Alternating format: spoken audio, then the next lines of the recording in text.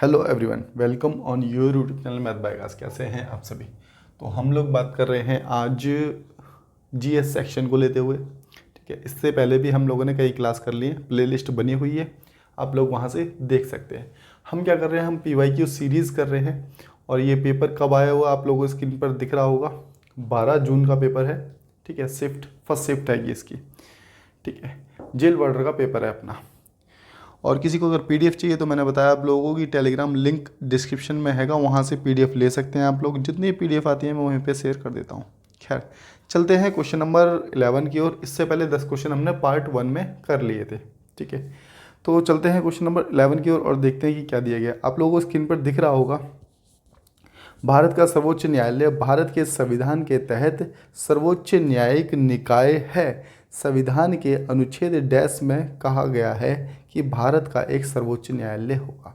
चलिए ठीक है, इसके बारे में सबसे पहले तो क्वेश्चन को समझेंगे। कोई भी क्वेश्चन होगा जीएस का क्या है, कोई किसी भी सब्जेक्ट का सबसे पहले काम है अपना क्वेश्चन को समझना। आओ समझते हैं।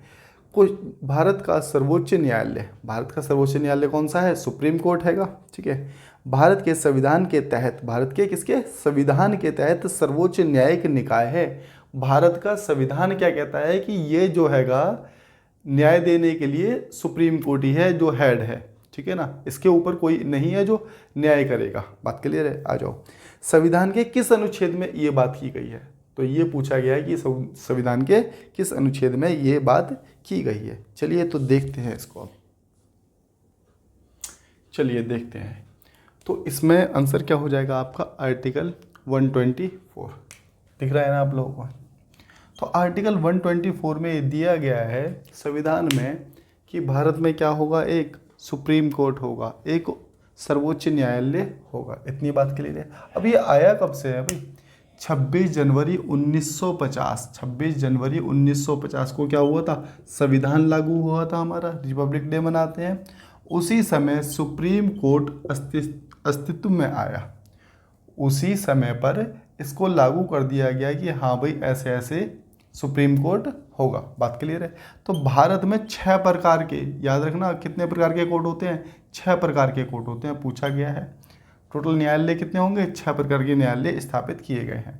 ठीक है, भारत में सुप्रीम कोर्ट 1958 में न्यू दिल्ली में स्थापित किया। 1958 में, तो इसका मतलब इससे पहले कहाँ था? क्योंकि आ तो गया है हमारे पास 1950 में और यहाँ स्थापित किया गया कब? 1958 में। तो इसका मतलब है इससे पहले पुराने संसद भवन नरेंद्र मंडल में था। इतनी बात क्लियर है? तो ये सारे पॉइंट आपको याद रखने पड़ेंगे जिससे कि और भी जो क्वेश्चन बनेंगे कर पाएँ आप लोग। तो इतनी बात क्लियर है। तो चलते हैं, एक चीज़ और जान लेते हैं इसके बारे में। क्या आप लोगों से ये पूछ सकता है क्वेश्चन में कि पहले मुख्य न्यायाधीश कौन थे सुप्रीम कोर्ट के? तो मुख्य न्यायाधीश कौन थे? हरीलाल। याद रखना, हरीलाल, हरीलाल, हरीलाल जे कान्या, हरीलाल जे कान्या, ये कौन थे? इसके मुख्य न्यायाधीश थे। तो इनके बारे में भी याद रखना, सुप्रीम कोर्ट के मुख्य न्यायाधीश हरीलाल जे कान्या, सबसे पहले मुख्य न्यायाधीश यही बने थे। तो इस क्वेश्चन से हमें इतनी जानकारी मिलती है। चलते हैं नेक्स्ट क्वेश्चन की ओर। और नेक्स्ट क्वेश्चन में क्या दिया गया आप लोगों को देखते हैं। कह रहा है कि ये वन कौन से वन? जो पश्चिमी घाट में भारी वर्षा वाले क्षेत्र और लक्षद्वीप, अंडमान निकोबार के द्वीप समूह, असम के ऊपरी हिस्से और तमिलनाडु के तट तक, तमिलनाडु के, चलो ठीक है आ जाओ। तो याद रखना, इसको क्या कहते हैं? ट्रॉपिकल एवरग्रीन फॉरेस्ट कहते हैं। ट्रॉपिकल एवरग्रीन फॉरेस्ट कहते हैं। इसके बारे में मैं आप लोगों को समझाता हूँ, ज़रा देखना। तो चलो सबसे पहले तो हम इसको समझ लेते हैं कि उष्णकटिबंधीय क्या होता है। तो देखो, उष्णकटिबंधीय वह क्षेत्र होता है जहाँ गर्मी पड़ती है ज़्यादा, जहाँ गर्मी पड़ती है, ह्यूमिडिटी ज़्यादा होती है, उसे क्या कहते हैं? हम उष्णकटिबंधीय क्षेत्र कहते हैं। जैसे अगर मैं बात करूँ तमिलनाडु, अगर इंडिया के साउथ की बात करें तो वहाँ पर क्या है अपना? तमिलनाडु हो गया। और भी क्षेत्र हो गए जैसे आपके क्वेश्चन में ही दिए गए थे, एक बार देख लेते हैं। क्वेश्चन में क्या दिया गया था, कह रहा पश्चिमी घाट क्षेत्रों में लक्षद्वीप, अंडमान निकोबार द्वीप समूह, असम, ये सारे क्षेत्र कौन से हैं जहाँ ह्यूमिडिटी बहुत ज़्यादा होती है, जहाँ वर्षा बहुत ज़्यादा होती है। तो यही क्षेत्र हैंगे जो उष्णकटिबंधीय क्षेत्र हैं, और इन्हें क्या कहते हैं, ट्रॉपिकल एवरग्रीन फॉरेस्ट कहते हैं। यहाँ के जंगलों को ट्रॉपिकल एवरग्रीन फॉरेस्ट कहते हैं। ऐसा क्यों है कि इनको एवरग्रीन फॉरेस्ट कहते हैं? इसके पीछे रीज़न ये है कि यहाँ के पेड़ों में कभी भी ऐसा नहीं होगा कि पत्ते ना हो, समझ रहे हो, वहाँ पर कभी ऐसा नहीं होगा कि पत्ते ना हो, वहाँ के पेड़ हमेशा हरे भरे रहते हैं, इसलिए उसे क्या कहा गया है, ट्रॉपिकल एवरग्रीन फॉरेस्ट कहा गया है। अगर बात कर लेते हैं शीतोष्ण कटिबंध की, तो शीतोष्ण कटिबंध कौन से क्षेत्र होते हैं, जहाँ गर्मी और सर्दी दोनों पड़ती है। देखो मैं एक चीज़ बताता हूँ, देखो उष्ण और शीत, शीत प्लस उष्ण से मिला क्या, शीतोष्ण, ठीक है। जैसे भारत का जो क्षेत्र हो गया, भारत के अधिकांश क्षेत्र ऐसा है जहाँ गर्मी सर्दी दोनों पड़ती है। चलो देखो, भारत सरकार के मौजूदा प्रजनन और बाल स्वास्थ्य और संचारी और गैर संचारी रोग सेवाओं का विस्तार और शुद्धिकरण करके व्यापक प्राथमिक स्वास्थ्य देखभाल प्रदान करने के लिए 2023 में आयुष्मान भारत स्वास्थ्य और केंद्र का नाम बदल दिया गया। तो देखो, सबसे पहले मैं बताता हूँ कि 2023 में आयुष्मान भारत स्वास्थ्य और कल्याण केंद्र का नाम बदलकर आयुष्मान आरोग्य मंदिर रख दिया गया है। कब से, 2023 से। ये प्रधानमंत्री मोदी ने किया। अब इसके लिए इन्होंने क्या कर दिया कि जितने भी गरीबी क्षेत्र के लोग हैं ना, उनके लिए एक राशन कार्ड बना दिया, ठीक है, राशन कार्ड बना दिया। अब वो राशन कार्ड क्या करेगा कि उसके थ्रू बीमा होगा, उसके थ्रू बीमा होगा, और उस बीमे के थ्रू आप क्या करा सकते हैं, अपना फ्री ऑफ कॉस्ट इलाज करा सकते हैं। तो इसका आंसर हो जाएगा क्या, आयुष्मान आरोग्य मंदिर, ये आपका आंसर होगा। चलते हैं नेक्स्ट क्वेश्चन की ओर और देखते हैं नेक्स्ट क्वेश्चन में क्या दिया गया आप लोगों को। तो देखो, निम्नलिखित में से कौन सा पोषक तत्व की, किस पोषक तत्व की कमी से स्कर्वी नामक रोग होता है? तो बेहद आसान क्वेश्चन है, विटामिन सी की कमी से स्कर्वी रोग होता है। विटामिन के बारे में ज़रा थोड़ी सी जानकारी ले लेते हैं। विटामिन सी की बात की हम लोगों ने, तो विटामिन सी में हम लोगों को क्या होगा, स्कर्वी की बीमारी बताया मैंने आप लोगों को। इसके लक्षण क्या क्या है, मसूड़ों में खून आने लगता है, ठीक है, कमजोरी होने लगती है, थकान होने लगती है, कि जनरली वैसे भी होती है, ठीक है। तो विटामिन, देखो विटामिन क्या है, इससे कोई ऊर्जा नहीं मिलती, समझ रहे हो। विटामिन क्या करता है कि हमारे रोगों से लड़ता है, हमारे शरीर में क्या करता है, रोगों से लड़ने का काम करता है विटामिन, ठीक है। अगर बात करें विटामिन कौन कौन सी होती है, A B C D E के, ये सारी विटामिन होती है, बात क्लियर है। इससे क्या होता है, अगर विटामिन ए की कमी होगी तो रतौंधी हो जाती है। रतौंधी, जैसे वो मूवी देखी होगी आप लोगों ने, कादर खान वाली, 6 बजे के बाद नहीं दिखता था, तो उससे क्या था, रतौंधी ही तो थी, नाइट ब्लाइंडनेस कहते हैं जिसे, ठीक है। बेरी बेरी, ये एक बीमारी होती है, कौन सी, बेरी बेरी। इसमें क्या होता है कि हार्ट ना ब्लड का फ्लो करना कम कर देता है, हार्ट अटैक वगैरह के चांसेस आ जाते हैं किसमें, बेरी बेरी में, ठीक है। और विटामिन सी का तो हमने देख ही लिया, इसका भी होता है। विटामिन डी, तो विटामिन डी तो हमें सनलाइट से मिल ही जाती है कि, और इसमें क्या होता है, विटामिन डी की कमी से हड्डी वगैरह टेढ़ी पड़ जाती है, हड्डी कमज़ोर पड़ जाती है विटामिन डी की वजह से, ठीक है।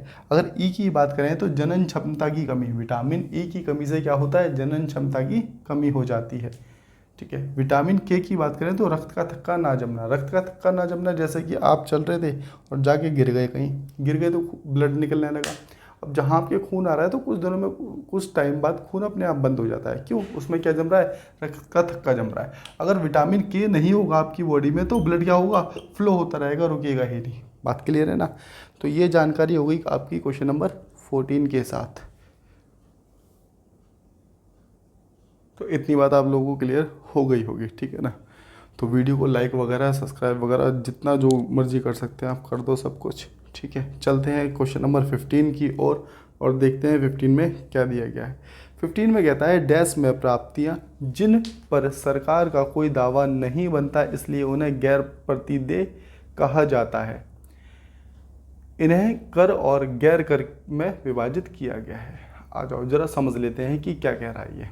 देखो, जनरली ये टैक्स की बात कर रहे हैं, और टैक्स की कौन सा, जैसे कि आप मार्केट में कोई सामान लेने के लिए गए, तो सामान लिया आपने उस पर कुछ ना कुछ टैक्स दिया है, ठीक है, आपने कुछ टैक्स दिया, तो ये हो गया एक तरह से इनडायरेक्ट टैक्स। जैसे आपने मान के चलो 10 रुपये का कोई साबुन भी लिया तो उसमें भी कोई ना कोई टैक्स दिया आप लोगों ने, ठीक है। तो वो जो टैक्स जाएगा गवर्नमेंट के पास तो जाएगा, लेकिन वो इनडायरेक्ट रूप से जाएगा। डायरेक्ट रूप से टैक्स कैसे जा रहा है, जैसे आपकी सैलरी में से कुछ कट रहा है तो क्या हो गया, डायरेक्ट टैक्स हो गया। इतनी बात क्लियर है। तो डायरेक्ट और इनडायरेक्ट रूप ये क्या है, दोनों राजस्व प्रतियां हैं। क्या है, राजस्व प्रतियां। तो आंसर क्या हो जाएगा आपका, फोर्थ इसका आंसर होगा। अन्य ऑप्शनों को भी देख लेते हैं एक बार। पूंजीगत प्राप्तियां, देखो पूंजीगत का मतलब क्या होता है यहाँ पर, पूंजीगत प्राप्ति का मतलब है कि जैसे मान के चलिए आपने लोन लिया, ठीक है, बैंक गए और बैंक से आपने क्या ले लिया, लोन ले लिया। तो जब बैंक से लोन लेते हैं तो इस पर भी हमें टैक्स देना पड़ता है, पता है क्या आप लोगों को, ठीक है। तो उसे क्या कहेंगे हम, पूंजीगत प्राप्तियां कहेंगे। तो हम टैक्स दे रहे हैं, लोन लेने पर भी टैक्स दे रहे हैं। नियोजित प्राप्तियां क्या होती है, तो गवर्नमेंट पहले फिक्स कर लेती है कि हाँ इस कंपनी से इतना टैक्स आने की संभावना है, नियोजित योजना बना लेती है, ठीक है ना। और संतुलित का मतलब होता है कि, संतुलित का मतलब है कि जितना टैक्स आया गवर्नमेंट का उतना एक्सपेंस खर्च भी हो गया, उसे क्या कहते हैं, संतुलित कहते हैं। तो चारों ऑप्शनों को हमने डिस्कस कर लिया है। तो इतनी बात मेरे हिसाब से आप लोगों को क्लियर हो गई होगी इस क्वेश्चन से। क्वेश्चन नंबर 16 में क्या कहता है, कह रहा है टॉब ऑफ सैंड निम्नलिखित में से किसकी रचना है। तो गीतांजलि की रचना है, ये काफ़ी पूछा गया है पहले भी, तो डायरेक्ट इसे याद ही कर सकते हैं आप, गीतांजलि श्री की रचना हो गई। चलते हैं नेक्स्ट क्वेश्चन की ओर और देखते हैं कि क्वेश्चन नंबर 17 ना, 17 में क्या दिया गया है आप लोगों को। एक मिनट मैं निकाल लेता हूँ 17। हाँ, निम्नलिखित में से किस स्थान पर उगादि त्यौहार मनाया जाता है। निम्नलिखित में से किस स्थान पर उगादि त्यौहार मनाया जाता है, ठीक है। तो बताओ, चार ऑप्शन दिए गए हैं कि कौन सा इसमें आप लोगों का आंसर होने वाला है। देखो स्क्रीन पर दिख रहा होगा आप लोगों को उगादि, जिसे युगादि के रूप में जाना जाता है। यह एक प्रमुख त्यौहार है जो दक्षिण राज्य कर्नाटक, तेलंगाना और आंध्र प्रदेश में मनाया जाता है। हिंदू कैलेंडर के अनुसार यह एक नए साल की शुरुआत के रूप में मनाया जाता है। आंध्र प्रदेश में मनाए जाने वाले अन्य प्रसिद्ध त्यौहार संक्रांति और रटोला, रटोला पूछा जाता है याद रखना, आंध्र प्रदेश में मनाया जाता है। पाडुंगा है। कर्नाटक के प्रसिद्ध त्यौहार कनकदास जयंती और कारगा है। केरल के प्रसिद्ध त्यौहार ओणम और पूरम, याद रखना है इसको, ओणम और पूरम ये पूछे जाते हैं। तमिलनाडु के प्रसिद्ध त्यौहार पोंगल है। तो इतनी जानकारी इस क्वेश्चन से हमें मिलती है। पोंगल और पुथंडू है, बड़े अजीब से नाम होते हैं पुथंडू, बताओ। खैर, तो इतनी बात आप लोगों को मेरे हिसाब से क्लियर हो गई होगी इस क्वेश्चन के हिसाब से। तो चलते हैं नेक्स्ट क्वेश्चन की ओर और देखते हैं क्वेश्चन नंबर 18 में हमें क्या दिया गया है। क्वेश्चन नंबर 18 में कहता है राष्ट्रपति प्रत्येक वित्तीय वर्ष के संबंध में उस वर्ष के लिए भारत सरकार की अनुमति, प्राप्तियां और व्यय का एक विवरण संसद के दोनों सदनों के समक्ष रखवाएंगे, जिसे वार्षिक वित्तीय विवरण कहा जाएगा। यहाँ भारतीय संविधान के किस अनुच्छेद का उल्लेख किया गया है। देखो सबसे पहले तो क्वेश्चन समझा देता हूँ मैं आप लोगों को। इसमें कहा गया है कि जितना भी पैसा आएगा हमारे पास, टैक्स के रूप में आए या किसी भी रूप में आए गवर्नमेंट के पास, वो पैसा क्या करेंगे, इकट्ठा करेंगे। इकट्ठा करने के बाद हमें दिखाया जाता है कहाँ, दोनों सदन में, राज्यसभा में और लोकसभा में, दोनों दिखाया जाएगा। और जो खर्चा होगा वो भी दिखाया जाता है। ये जिम्मेदारी किसकी होती है, ये राष्ट्रपति की होती है कि इनको दिखाए। तो ये किस आर्टिकल में दिया गया है, आर्टिकल 112 में ये बात कही गई है। तो इतनी बात आप लोगों को पता होनी चाहिए, ठीक है। अब चलो यहाँ बात कर रहे हैं राष्ट्रपति की, तो राष्ट्रपति का आर्टिकल भी जान लो। प्रेसिडेंट किस में दिया गया है, आर्टिकल 52 में। भारत का एक क्या होगा, राष्ट्रपति होगा, और संघ का क्या होगा, ये नेता होगा। पूरे भारत का प्रतिनिधित्व करता है कौन, एक भारत का राष्ट्रपति। तो इतनी बात आप लोगों को पता होनी चाहिए, आर्टिकल 52 में दिया गया है। चलते हैं नेक्स्ट क्वेश्चन की ओर और देखते हैं कि नेक्स्ट क्वेश्चन में क्या दिया गया है। अच्छा, इससे कोई और जानकारी मिल जाए हमें तो चलो इतना ही बहुत है वैसे इस क्वेश्चन से, ठीक है। चलते हैं नेक्स्ट क्वेश्चन की ओर और क्वेश्चन नंबर 19 देखते हैं अब। चलते हैं क्वेश्चन नंबर कौन सा करेंगे अब हम, हाँ 19 देख लेते हैं जल्दी से। When the primary tributaries of river flow parallel to each other, देखो हिंदी वालों को अभी मैं समझा दूंगा, बहुत आसानी से समझ आ जाएगा। And secondary tributaries join them at right angle, कह रहा है कि दो नदियां हैं, दो सहायक नदियां हैं जो बह रही हैं, एक दूसरे के पैरेलल बहती है, एक तीसरी नदी आती है जो उसे 90 डिग्री पर कट करती है, ठीक है। तो इस पैटर्न को क्या कहा जाता है, ठीक है। देखो चार ऑप्शन दिए गए हैं, मैं चारों ऑप्शनों को डिस्कस करता हूँ और आंसर आप लोग कमेंट बॉक्स में बताएंगे कि क्या इसका आंसर होने वाला है। बात क्लियर है ना? 1 मिनट का समय दो मुझे।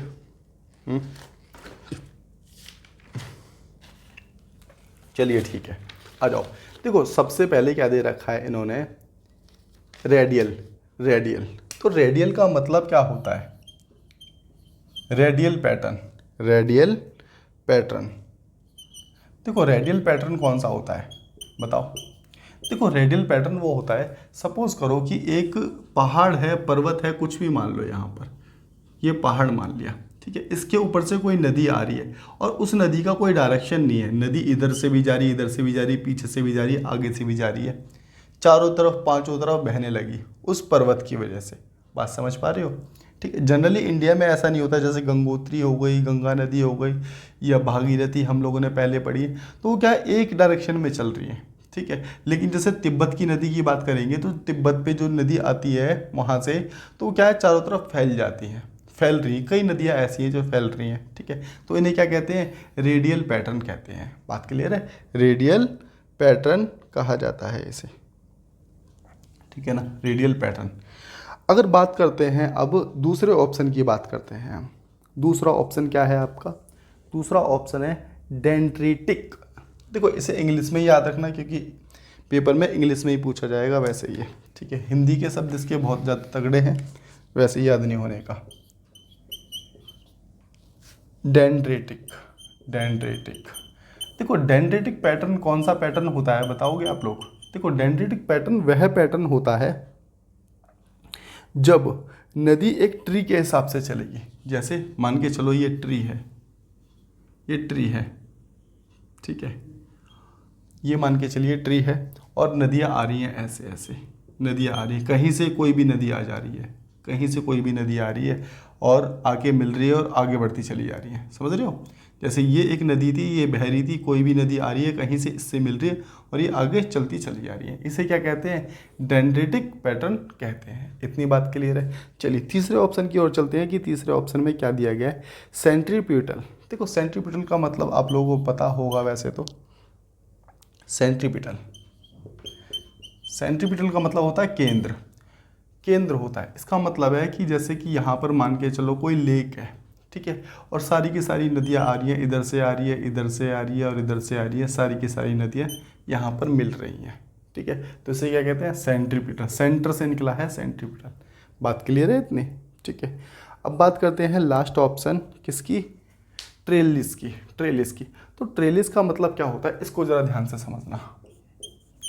ट्रेलिस, ट्रेलिस पैटर्न क्या कहता है? ट्रेलिस पैटर्न कहता है कि मान के चलिए, इसको हटा दें यहाँ, कि मान के चलिए एक नदी बह रही है ऐसे, ये नदी ऐसे बह रही है, एक नदी आई और यहाँ से इसको मिल रही है और एक नदी इधर से इसको ऐसे मिल रही है, ठीक है, फिर एक नदी ऐसे इधर से आ गई, एक नदी ऐसे इधर से आ गई। बात क्लियर है? अब देखो ये नदी जो है, ये नदी इस नदी के पैरेलल है, समझ रहे हो यहाँ से, ठीक है, या फिर मैं कहूँ कि ये नदी इस नदी के पैरेलल है, ऐसे मान लो, ठीक है, ये नदी इस नदी के पैरेलल है, ये मान लिया हमने, ठीक है, और ये सहायक नदियाँ बह रही हैं इस तरीके से, और यहाँ से एक सहायक नदी आ गई और जो इसको कट करने लगी। अब यहाँ जो कट करेगी वो कितने पर करेगी? 90 डिग्री पर कट करेगी। उसे ही क्या कहते हैं? ट्रेलिस पैटर्न कहते हैं। क्या कहते हैं? ट्रेलिस पैटर्न कहते हैं। तो अब आप लोग आंसर बता सकते हैं मेरे हिसाब से। क्वेश्चन में क्या कहा गया था? कह रहा है कि secondary tributaries join them at right angle. कह रहा है तीसरी नदी, देखो एक नदी तो ऐसे बह रही थी, एक ऐसे बह रही थी, तो एक तो इधर इधर से आ गई, एक तीसरी नदी और आ गई, या फिर मैं ये कहूँ कि यहाँ से एक ही नदी बह रही थी, लेकिन एक नदी यहाँ से मिल गई, एक नदी यहाँ से मिली, एक यहाँ से मिली, एक यहाँ से मिली, और एक और आ गई जो इसे 90 डिग्री पर कट करने लगी। तो इतनी बात मेरे हिसाब से आप लोगों को क्लियर हो गई होगी और अब आंसर तक आप लोग पहुँच जाएंगे। ठीक। ठीक है, क्योंकि क्वेश्चन में यही पूछा गया है कि 90 डिग्री पर कटने करने वाली उसे क्या कहते हैं। तो इसका आंसर आप लोग देंगे कमेंट बॉक्स में। चलते हैं हम नेक्स्ट क्वेश्चन की ओर और देखते हैं कि क्या दिया गया है। क्वेश्चन नंबर लास्ट एंड 20 है। क्या कहता है, 31 जनवरी 2024 तक निम्नलिखित में से कौन सी भाषा भारत के शास्त्रीय भाषाओं की सूची में शामिल नहीं थी। तो देखो, शास्त्रीय जो भाषाएं हमारी टोटल कितनी हैंगी, 6 भाषाएं हैं। मैं लिख देता हूँ कौन कौन सी, तो ज़रूर देखो यहाँ पर। चलो बात करते हैं क्वेश्चन नंबर 20 की।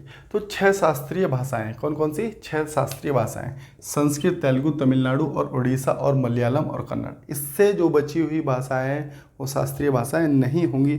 अब आप लोग खुद बता सकते हो, ऑप्शन में तेलुगु दे रखा है, संस्कृत दे रखा है, तमिल दे रखा है, लेकिन मैथाली तो संस्कृत क्या नाम है शास्त्रीय भाषा नहीं है। तो आंसर क्या हो जाएगा, मैथाली। कई बार ऑप्शन में पाली भाषा देता है, तो पाली भाषा भी नहीं होगी।